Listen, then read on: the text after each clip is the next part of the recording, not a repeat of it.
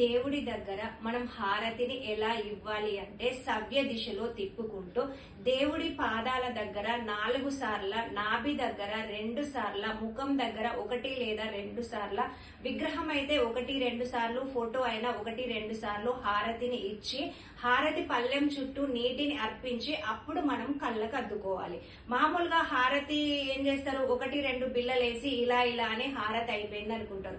కానీ హారతిలో కూడా 108 రకాల హారతులు ఉన్నాయని ఆధ్యాత్మిక గ్రంథాలు చెప్తున్నాయి. ఆ హారతులలో డైలీ పూజ చేసే వాళ్ళు ఏకహారతి లేదంటే పంచహారతి ఇస్తారు. ఇవే కాకుండా నేత్రహారతి, రుద్రహారతి, కలశ హారతులలో కుంభహారతి, సుదర్శన హారతి, నృత్య హారతి, ఇలా రకరకాల హారతులు ఉంటాయి. మరి ఒకవేళ హారతి పళ్ళెం కింద పడితే, హారతి ఆరిపోతే అపశకునం అని భయపడుతున్నారా?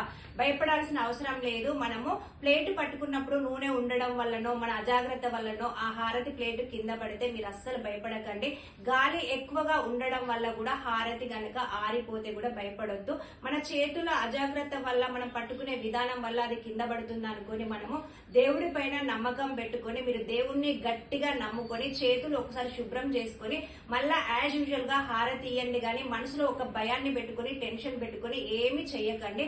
అసలు ఏమీ కాదు, హారతి కింద పడితే మీరు అస్సలే భయపడకండి. మరి ఇలాంటి వీడియోస్ కోసం మీరు ఏం చేయాలి? Like, share, comment and subscribe చేయడం అస్సలు మర్చిపోవద్దు.